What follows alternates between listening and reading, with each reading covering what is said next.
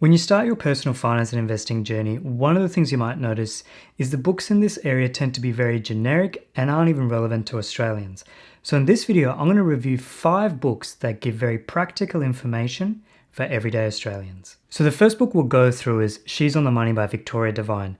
And this book and the next 2 books we're going to go through, I'd put them in the general category of covering all the key topics you need to know around budgeting, managing debt, investing, superannuation. Now, the 2 things I liked in Victoria's book was she covered money and relationships really well, where she talked about having mutual goals, combining your finances, what to do when things don't work out, and financial abuse.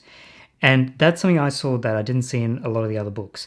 Another topic that I really liked in her book was she had this section where she went through an investor quiz where she asks you questions around your risk appetite, what your goals are in the long run, and then helped you categorize yourself in terms of what type of investor you might be and what type of asset allocation you might be interested in. So I thought that quiz was really handy because often when you start your journey in terms of personal finance and investing, one of the things you might have a question around is, hey, what kind of asset allocation should I go for?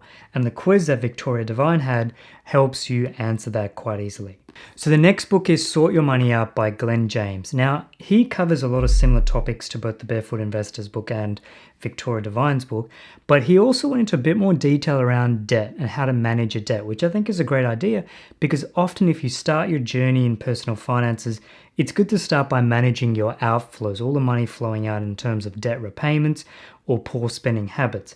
And Glenn does a great job in covering off on how to manage your debt, but also around his spending plan, which I think is like his alternative to budgeting.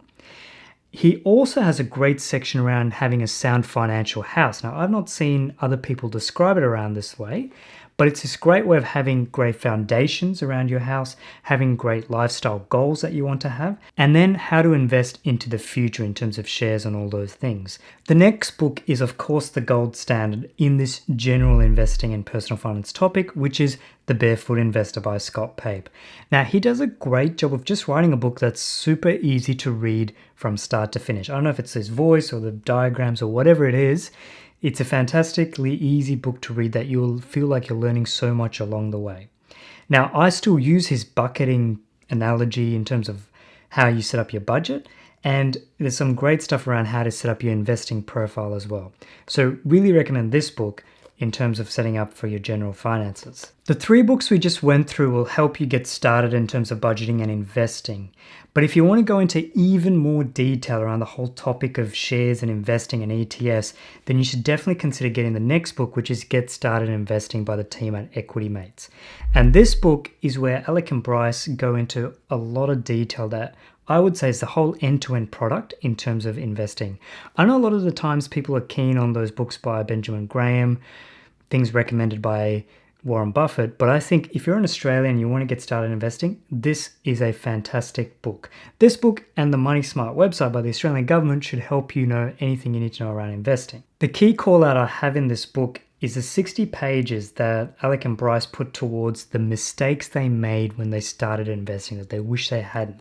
Now, those 60 pages in itself are worth the whole book because that will save you so much money and just having the right mindset. Because often in investing, there's no new mistakes to make.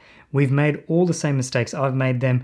Hopefully you'll make less of them. They've made them as well. So definitely check out that back section where they just cover off all the key things to avoid doing when you start your investing journey. Now, the last book is Retirement Made Simple by Noel Whittaker. And he obviously starts off by covering a lot of the basics that you would have seen in some of the other books around mindsets.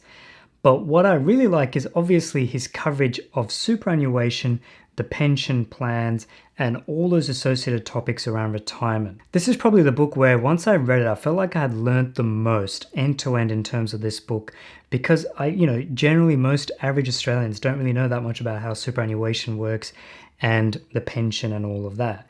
So this book felt like I learned a lot, but in the back of my head, it also felt like I was thinking, well, how much of this might be relevant in 15, 20 years when some of you might be considering to retire?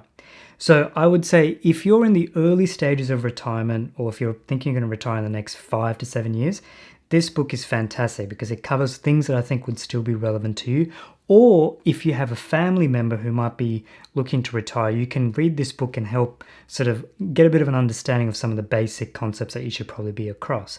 But if you're someone who's maybe going to retire in 15, 20 years for whatever reason, then the concepts are great, but maybe not relevant because you can't help but think in 15, 20 years, the Australian government's going to do something to make a lot of the key concepts in here possibly not relevant. So naturally, the question you might be asking is, do I need to buy all 5 books? And I would say definitely not. Here's how I would look at it.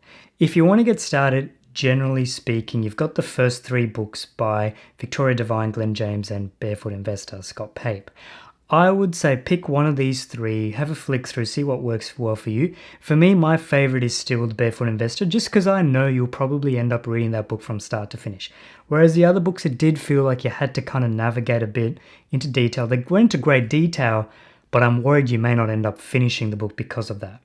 Then if you're really keen on getting into the detail around investing, pick up that book by the team at Equity Mates around getting started in investing. And then if you're also really keen to get into the whole superannuation and pension, or you have a family member who's really keen to understand that, then pick up that book around Retirement Made Simple. Noel Whittaker does a great job in summarizing a lot of those key concepts. Hope you enjoyed the video, and I'll see you in the next one. Bye for now.